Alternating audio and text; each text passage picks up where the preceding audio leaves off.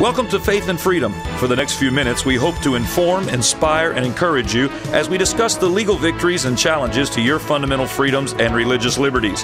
Faith and Freedom comes to you from Liberty Counsel, a civil liberties education and legal defense organization. Join us now as Matt Staver, the President and General Counsel of Liberty Counsel, explains the latest legal issues all across this country in the courtrooms of America. Liberty Counsel is winning the battle for your constitutional freedoms. Elected officials flunk the U.S. Constitution quiz. I am Matt Staver, founder and chairman of Liberty Counsel and dean of Liberty University School of Law. Joining me is Matt Barber, director of cultural affairs for Liberty Counsel and associate dean for the law school. Matt, a survey was just published, and it surveyed thousands of Americans. One subset, elected officials, proved particularly clueless on the questions about the U.S. Constitution. This is a startling revelation with regards to not only the general public's understanding of government and the Constitution, but of our elected officials who pass the laws that are supposed to be in accordance with the Constitution. Yeah, scary. Almost half, in fact, could not answer such basic questions as who can declare war, Congress, and what are the three branches of government. That is scary. This is amazing.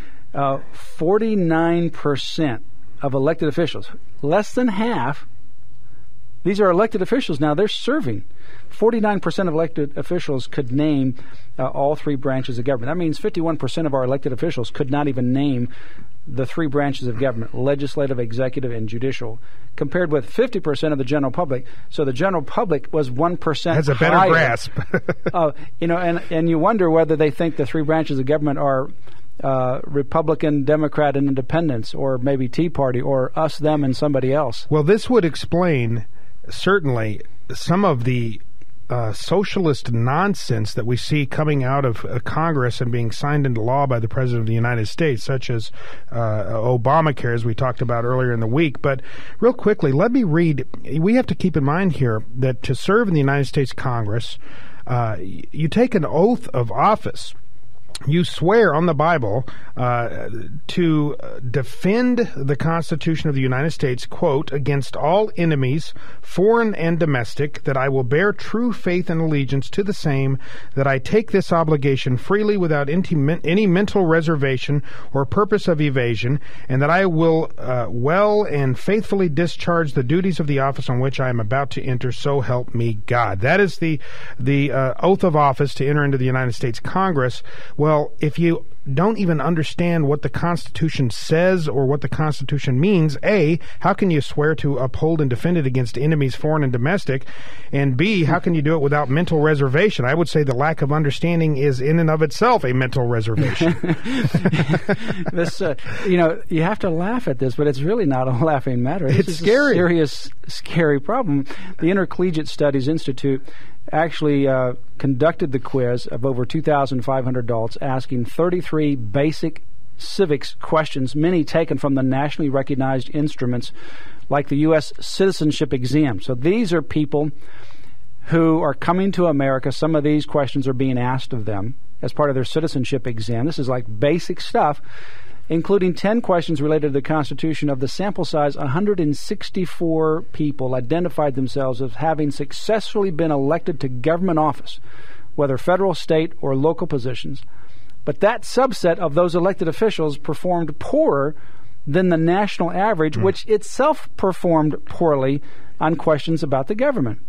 Well, this might explain why liberals, when we opened the 112th Congress with a reading of the United States Constitution, this kind of affirms and justifies why the new leader, Speaker of the House, Speaker Boehner, decided to do that when about half of them don't even understand it. But they threw a fit, but I guess it's understandable why they threw a fit, because as Ezra Klein, writer with the Washington Post, he did point point out that the Constitution is impossible to understand because it was written over 100 years ago. Ezra Kein said that. Yeah, over 100 years ago. That so means it's impossible to understand. More than 100 years ago, our minds can't understand I guess that. if you're a liberal, that's of course it was written over 220 years ago. Actually, in September 17th, 1787. But that just shows you the liberal mindset, how they live in the moment. They can't look at the past. They can't look at the future and what their activities in the living in the present are going to cause. It was written over 100 years ago, so those liberals, they just can't understand it. We got to give them a little slack, I guess. Yeah, I tell you what, their minds just don't go back that far in history, I guess. It's just kind of like a black hole there, and it just doesn't go back that far. Then all they need to read is current magazines, I guess. The problem is that historically people in public schools were schooled on the Constitution, and nowadays they don't know the Constitution. The college students outscored the elected officials subset by 5 percentage points, and I can tell you that college students don't know much about the Constitution. So this whole problem of forgetting our history, distorting it, and not even paying attention to it really has a consequence. In addition to reading the Constitution at the beginning of the 112th Congress in January of this year, there's also a new rule in the House of Representatives based upon this new Republican leadership, conservative leadership that's there, that each time they pass a legislation, that they have to cite the section or sections of the Constitution on which the legislation is based. Obviously they should think about that. Now they actually have to cite it. Well, there are some liberals that were really upset about that and said, well, how do we know what's constitutional? And in fact stated, and I heard this with my own ears, that sometimes we pass legislation knowing that it's unconstitutional. He actually said that they do that just to throw it out there and see what the courts will do. Or ultimately make let a public statement. The courts decide. Yeah, scary stuff. But I think that keeping America and keeping elected officials in the dark about the Constitution is by design. Because if you want to circumvent and or subvert the Constitution, what better way to do it than to have a blanket misunderstanding or complete lack of understanding about what the Constitution actually stands for. Tea Party patriots and those of us in the evangelical community and conservatives, we get teased and made fun of by people like Bill Maher and Jon Stewart for talking about the Constitution, our founding document, the greatest political document in the history of the world. We get made fun of for elevating it to a high level of import here in the United States. Well, they can keep teasing all they want, but really they're the ones that are looking like fools when they don't even understand what's in the Constitution. Well, we have as our first publication of New Revolution Publishers the Patriot's Handbook, and that is a pocket-sized handbook that we'll provide to you.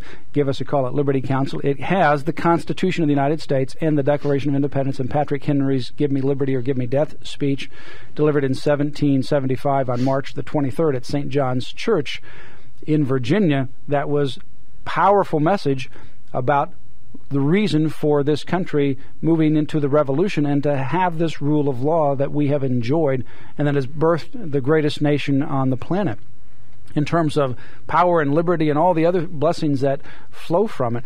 Give us a call. Ask for the Patriot's Handbook. It's our first publication from New Revolution Publishers, which is Liberty Counsel's publishing arm now, and it has the pocket-sized Constitution.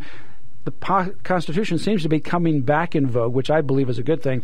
Michelle Bachmann has the Tea Party caucus that she is forming, Congresswoman from Minnesota. She's asked me to be one of the speakers to speak to the Congress, and I'll be doing that around April the 12th of this year to talk to them about the Constitution. So she is, and others are taking an affirmative effort to educate the members of Congress regarding the Constitution. Well, and it's a good thing, and none too late.